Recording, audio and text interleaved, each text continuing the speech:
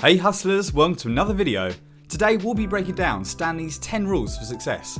Before we move on with the video, if this is your first time on our channel, don't forget to subscribe and hit the bell to turn on the post notifications. This way you can stay updated on all our future videos. Okay, let's get started.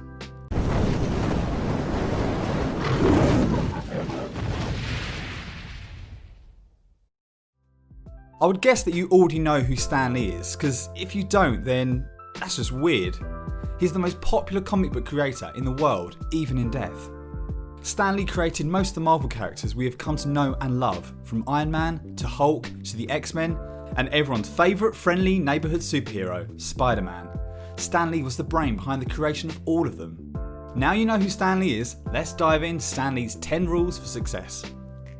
Rule 10, just do it. This rule comes from how Stan birthed what is now one of the most loved characters, Spider-Man. According to him, he had done the Fantastic Four and the X-Men, and his publisher was impressed at how well they were selling in the market, so he told Stan to do another. This was when he came up with the Spider-Man character. He pitched the Spider-Man idea to his publisher, and the comment was, "Stan, this is the worst idea I've ever heard." But he had his reasons.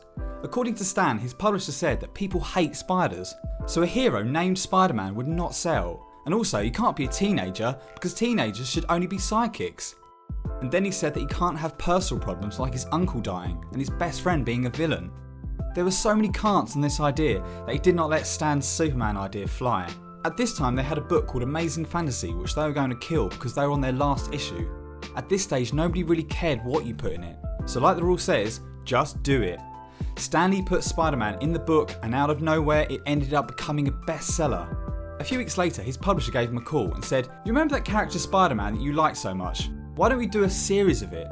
And this was the birth of our friendly neighbourhood Spider-Man. And now Spider-Man is the third most loved superhero in the whole world, just after Superman and Batman, and is the most loved superhero in the MCU. Just do it. And if you think this is a great tip, make sure you watch to the end to find out the number one rule that kept Stan relevant, even to the point of his death. Rule 9. Be friendly. Stan Lee always said that he always tried to infuse a feeling of warmth in all his books. In an interview, he gave credit to other comic books for their stories and overall work, but in his words, there was a detachment. He decided to run letters pages in his books, but not like the way others did it. He wanted it to be friendly and have the kids reading and writing back, feeling like a part of Marvel. So when a person wrote a letter saying, "Dear Editor," when printing he would edit and change it to, "Dear Stan." And in his reply, instead of using something like "Dear Charles," he'd say, "Hey, thanks a lot Charlie." So he intentionally tried to keep the tone friendly, like they knew each other on a personal basis. Before long, it became the new normal. The connection between him and the readers got better, whether the letters were positive or negative. Rule 8. Value what you do. Stan Lee considered himself an entertainer and was proud of it.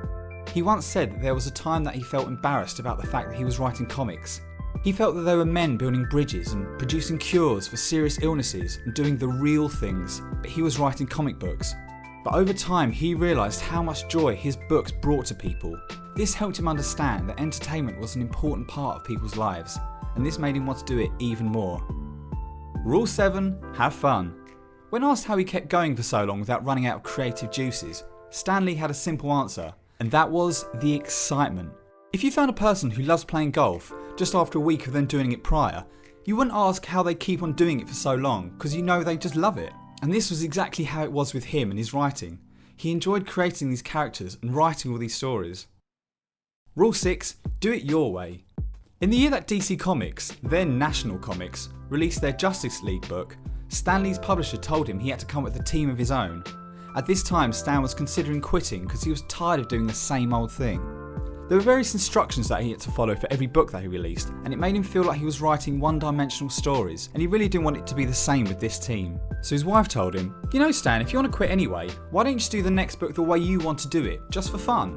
The worst that happens is you'll be fired and you want to quit anyway, so what's the big deal?" This was the same time he was asked to create a superhero team, so in this creation he damned all the rules and created the characters to be as close to human as he could, but with superpowers. And this was the birth of the beloved Fantastic Four. Rule 5. Take risks.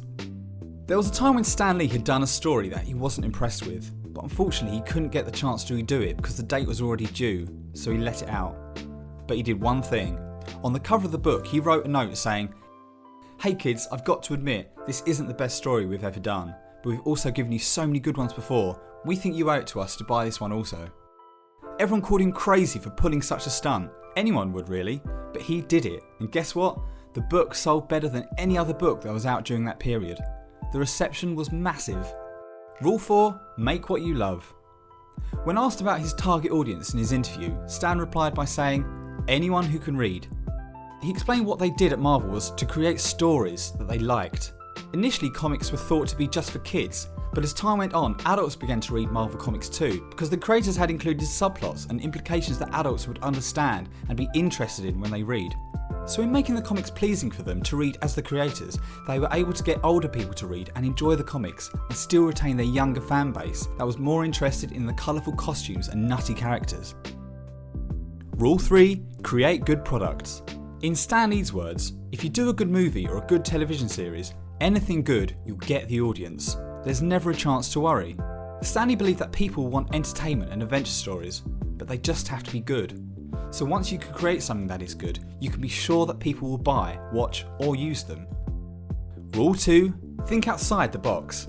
Stan Lee came up with different catchphrases with which he ended his comics, one of which was "Nuff said," but then these catchphrases kept getting copied by his competitors.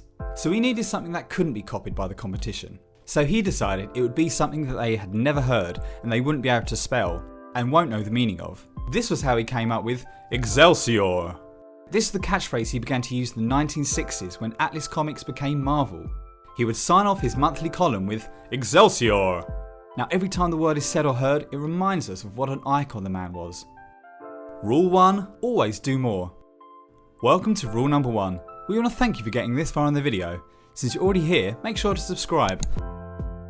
Throughout his career, Stan Lee made hundreds of books and characters panning out over a long period of time. As great as all the achievements in his career and lifetime sound, there were bad days too, but that didn't stop him from continuing to create. Dying at the age of 95, he had touched a lot of lives with his characters and cameos because he always wanted to do more. He never gave up on his dreams and he always got up the next day and the day after that just to create. So our final message for you is, never give up, because if you are alive, you can do more. Well, that is the end of today's video. Feel free to leave your thoughts in the comment section below, and also what you'd like us to talk about in future videos. If you aren't subscribed yet, don't forget to hit the subscribe button. Also hit the bell so you get notified every time a new video drops. Follow us on Instagram at Forever Hustle Nation. And thank you so much for watching this video, guys. Until next time, hustlers, Excelsior!